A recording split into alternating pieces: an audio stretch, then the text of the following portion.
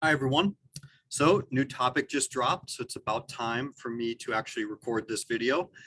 Um, I'm going to shoot for about 15 minutes for this video. It might be a little over, might be a little under, but I kid you not, I have been thinking for tens of hours about this topic and about how to solve some of the problems we've been having in Novice Packet and talking with people about it. So please give me a couple minutes. Let me explain where I'm coming from. Let me explain where I think we need to go and why now is the time we need to do it. All right. So just to make sure we're on the same page, I'm going to give you some starting assumptions. First is that we'd all like to see policy debate in Minnesota grow. We all spend a lot of time in policy. I think we all think it's a good thing, and it'd be nice for more students to do it. So we'd all like to see it grow. Second is that by and large, coaches and students are trying to follow the novice guidelines. So it's not a particular person's problem. It's not a personal thing. It's not a school thing. It's like everybody's trying to follow the guidelines, but there's just some problems in how that's happening. Third, all coaches want their debaters to achieve at the highest possible level, whether that's a couple tournaments that they're around and they just do a little bit of rookie novice debate, or if they stick around their whole career and they win the TOC. Every coach wants to see their debater do the best that that student possibly can. Fourth, I think coaches want to create large competitive teams with debaters who return year after year. Nobody wants to rebuild their program every year, and I think we all like interacting with students, especially the more the better. And then finally, and most importantly for this discussion, none of us wants to deal with recreating divisions, guidelines, etc. every year. We just want something that just works, right? So this is my plan for how we could build something that just works for everybody. So if the problem isn't any of those things, then what is the problem? In my view, it's the design of the rookie, closed novice, open novice divisions and materials that is causing this problem. So that's the thesis that I'm trying to give you today. It's not personal grudges against schools, people, whatever. It's not a person making the packet, not making the packet. It's not the rules, whatever. It's the design of the divisions and the resources that we put towards those divisions that are creating these problems. So I think the novice packet is trying to do two things that are in fundamental tension with each other that can't actually be done at the same time. So one of those things is that it's trying to provide an accessible and manageable starting point for new debaters, teams, and coaches. So if you think, like, let's imagine some school looks on the MSHSL website and they say, hey, policy debate looks cool. I'm going to do that. And a teacher just signs up to do it. And we give them the rookie novice materials for the beginning of the year. Those materials are supposed to be useful for that person, right? On the other hand, the novice packet is also supposed to be the end of season content for highly advanced, experienced coaches and first year debaters. So if you have a kid who did a bunch of middle school debate, their parents are professors, they love the topic and debate is all they do, the novice packet is also designed to be what they use at the JV novice state tournament in the novice division. So I don't think we can serve both those groups of people with the same packet. There's just way too many learning goals on either side and way too much that has to be done with them. So in order to give an example of that, I'm going to go on a quick tangent about NASCAR. Some of you may know I was not actually born in the cities. I'm from outstate Minnesota, where NASCAR is, or at least was, a thing. So I don't watch NASCAR anymore, but I do know this really particular example because it was really famous and important. So basically in the 80s and 90s, NASCAR was facing lots of driver deaths due to really high-tech cars going really high speeds, like 210 miles an hour fast, right? Fast. And there were not a lot of crashes, but the crashes that there were much more deadly than they are today. So what NASCAR chose to do was they put restrictor plates on all the cars. And what restrictor plates do is they sit on the engine and they reduce the amount of oxygen that goes to the engine so that the cars burn less fuel, they go much slower, and therefore all the cars are going much slower, right? So that actually did do what they wanted to do. That plan reduced the amount of deadly crashes in NASCAR pretty precipitously, but it had the unintended consequence of actually increasing the overall amount of crashes. So why did that happen? That happened because when there was greater parity in the pool when the differences between the best driver and the worst driver were much smaller. What you had was very small advantages between most of the drivers. And as you can see in these two GIFs I put in here, that's what NASCAR kind of looks like, right? Is cars going at about the same speed around the circle, oval. So what restrictor plates did was they made those advantages so small that if drivers wanted to get an advantage on each other, they had to push those small advantages into bigger advantages, and they had to play more and more risky styles of driving. And the more risky they were, the more they tried to push those small advantages, the more it led to more crashes and more problems. So what's the connection here to novice debate? Well, I think that novices are restrictor plated basically, and for good reasons, right? We don't let them go full throttle all the time. We say, you know, you're limited to this packet, here's what you can do with it. But by the end of the season, there's greater parity in the novice packet. The coaches and students have these really small advantages, but they try to maximize those advantages by using the cards in unique ways, in creative ways that weren't intended in the novice packet design, or by pushing against what's in the guidelines with different interpretations. That's because coaches want to see their kids gain higher level skills and continue to advance on their knowledge and progression. But since there's no clear agreement on the meaning of the guidelines and the rules, and because the design of the packet and the divisions push them towards doing that, coaches and students continue to do that. So even when coaches and students think they're within the guidelines, in order to keep pressing those small advantages, they keep making more and more risky plays, which is causing all of these problems. So again, it's not a particular person, it's not a particular school, it's not a particular kid, it's the structure of the divisions that creates incentives for coaches and students to act this way, which causes the problems. So before I get to what I think, let's talk about a few things I've heard in the past, some of which I've said. So one thing that's been suggested is that we should get rid of the packet. I don't think that's right. I think I agree with the criticism that the packet division cannot and should not be the end goal for most first-year debaters. I agree they need to be in a division where they're able to be more creative and get higher level skills, simply because the packet is just too limited and too limiting for students who want to advance to that higher level where they can jump into JV come year two. But at the same time, getting rid of the packet would make things way too difficult for new programs. New programs and coaches will quit. I know, because even the level of the packet we have currently is causing a lot of new teacher coaches and inexperienced coaches to quit. It's just simply overwhelming. And without a packet, it's basically impossible to write meaningful curriculum. We know because we've tried. So that's, in my opinion, not an option. The second thing I've heard quite a bit of recently is that we should just change the rules, but consider that debaters are notorious rules nitpickers, and that when you think about all the things you can do in debate, like read theory, do research, bring out other arguments, bring up examples from real life, from your own life, etc., mix and match cards, whatever. If you try to write a rule set to cover all those things, it's basically impossible, because you'll either end up with an incredibly long and detailed list, which is basically unusable, or a vague set of guidelines that's going to be up to interpretation by different judges and coaches, which is more of what we have now, and you can see the problems we're having with that. The third option that I've heard and that I've even said in the past is that debaters should just move to open novice earlier. But the problem with this is that our current design for the closed novice evidence packet is just too large and sophisticated. So by the time teams are actually ready to maybe make the move up to open novice, we're basically already at the JV novice state tournament. It's way too late in the year. Plus, there's no clear consensus about what the open novice division actually is. So people aren't quite sure what they're jumping into, which is a big question mark. And that sort of chaos is not good for kids or coaches. And again, this problem is caused by the design of the division and packet. If kids can hang out in closed novice for a long time, then they never have to jump up to open novice, which means by the end of the season, they're taking those small advantages that they have in closed novice and pushing them to the limits, which is causing these problems. So, quick little reflection.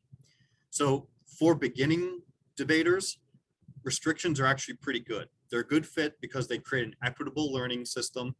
They're very clear about what can and can't be done. They prevent common problems like not knowing what to say in a debate, and they're a safe learning environment. So restrictions are really nice for beginners. Restrictions are not very good for advanced debaters because they inhibit the highest possible growth that kid can have. They have unintended problems like the ones we're seeing right now, and they're actually too safe. They're a boring learning environment, so kids aren't really that enthusiastic about them, and it causes other problems, right? And for beginners, a no restriction or less restriction environment is also very bad. It's a really high difficulty floor. It's hard to jump in as a new debater or coach. It's inequitable because it exacerbates existing inequities. Debaters cannot react to unforeseen problems. We're going to have a lot of kids being like, I don't know what to say. I literally don't know what the other team is saying. I don't have any evidence.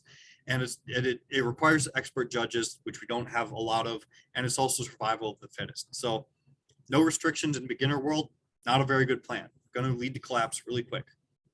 But less restrictions is actually pretty good for experienced debaters because it encourages them to be creative.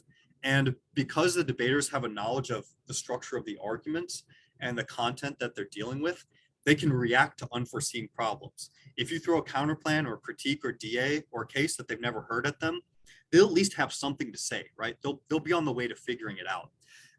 And that less restrictive environment for experienced debaters allows for higher level learning. So the way I'm thinking about my proposal for this is to think about a runway model for first year debate.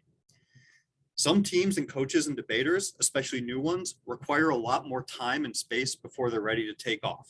So think about this Boeing 747. It's a big plane, needs a lot of momentum before it can actually take off. That's how a lot of our new debaters and coaches are going to be if they don't have a lot of debate experience. They're going to be learning this along with the kids. It's going to take some time, and they're going to have to start slow and start in an accessible place and have a reasonable timeline for moving up through the content. Whereas we have some coaches who have been around for 10, 20, 30 years, and a lot of their students are coming from backgrounds where they're really ready to do higher level debate. Like maybe they did a couple of years at middle school, or they come from a different format of debate, or they have professors who are really, or they have parents who are professors or other people who are really knowledgeable about the content and background and communication theory of debate.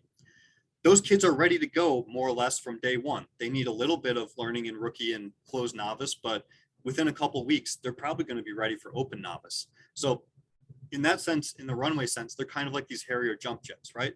Jump jets don't even use a runway. They basically just, the way they're designed, they can just pop up and start flying, kind of like a helicopter. We need materials that can facilitate, materials and divisions that can facilitate this for both types of schools and both types of students in their first year. And it's normal and good to have these types of distinctions in an activity. We know that kids come from different backgrounds with different sets of academic skills. We know that coaches come from different backgrounds with different levels of experience. To pretend that they should all debate on the same timeline in the same division is just, there's no type of divisional creation or materials creation that's going to facilitate that. So we need to figure out something better. So here's what I propose for the divisional and material changes. For rookie, I think we need a small, straightforward evidence set that's just a case and DA. One case, maybe one or two advantages, really simple A to B. So no excess content, just a really simple low number of cards where they can read through it, have a really good understanding of it, and be able to work through it on a reasonable timeline. For novice, for closed novice, I think we need the same, except we need to add a counterplan, critique, and topicality. That way, my goal would be for an average team with average background debaters and a coach who's been coaching for a couple years could bring closed novice debaters up and through closed novice probably by about midpoint through the season in the Rose Bowl, so that the rest of the season they can go to open novice and figure everything out. Less experienced coaches might take a little bit longer. More experienced coaches might be able to do it a little bit quicker. But I think having smaller, clearer, straightforward materials that teach the really fundamental aspects of debate, like what is the content, what's the structure of this argument, can move people through those divisions really quickly in a meaningful way so that they're ready for that third division. What that third division for first year debaters needs to be is something that will accommodate creativity and allow them to test out new skills to get ready for JV. So if that's cutting new cards, using theory, making analyticals, et cetera, that's something we have to figure out. But we need something that's going to work for those highly experienced teams and students. So here's why I believe this would work. I think a small packet encourages debaters with experienced coaches to get through that content really quickly, but it also allows those teams who are less experienced to take their time, go up at their own pace, and have success as they move through. If new teams don't have success, if they're just getting blown out every week and they're confused, they're not going to stick around, right? So we need to have new teams experience success on their own timeline. So if this works, I think it's a good timeline for every different type of background of student school we're going to get in debate. For new teams and coaches, it's going to be simple and clear. They're going to learn the fundamentals of debate, and they're going to be able to move up in a way that works for them. And they're going to be successful. It's going to be equitable and predictable and a fair starting point for all those teams. For experienced coaches and teams, having that scaling up system of rookie, closed novice, open novice allows them to meet their kids where they're at and move them up in a way that's going to actually get them into that open novice division before the end of the season. Because what's keeping them in closed novice right now is that the packet's too big. So if we make a smaller packet and we get an open novice division that everyone can agree to a rule set about and norms about, people are going to move into that division a lot sooner. And the kids who would otherwise be in that division are going to be a lot more successful. So what we need is a clear vision of what the parameters for that third division are, the open novice division. What is it? And agreement on the fundamental skills for rookies and closed novices. And over time, the less change we have, the better. If we have less change, it's going to be easier for people to join as new coaches, to come back and coach as alumni, and it's going to make sense, right? So here's the timeline I have for this. Here in January, we have the topic selection and analysis and brainstorming. We can figure out what we think this topic is all about and what it does. February to April, the rookie novice packet beta creation. So we take those ideas, make them into an actual packet. And then in May, we can have some revision, commentary, and review to say what works and what doesn't. Is this actually meeting what we think it's supposed to meet for the rookies and novices? And then June and July, we can do a test run at MDOT. And then July and August, based on how that test run goes, we can revise and produce new materials. If we use this timeline, we can make really high quality evidence and curriculum that's going to help new coaches and experienced coaches a lot earlier than it has in the past. So 18 minutes in, 3 minutes over. Okay, fair enough. My analysis of the novice packet divisions and problems is over. So if that's all you care about, you can shut this off. But I think the next part is very important and related, and it's why I'm actually bothering to make this video. So why now? Why this? All this rookie novice stuff, why now? Why spend so much time trying to figure it out and get it right? I have other things I can do with my life. I have other things I can do with my job. I don't need to be dealing with this at this time. The reason I am is because I think this is really important. I think debate's really important.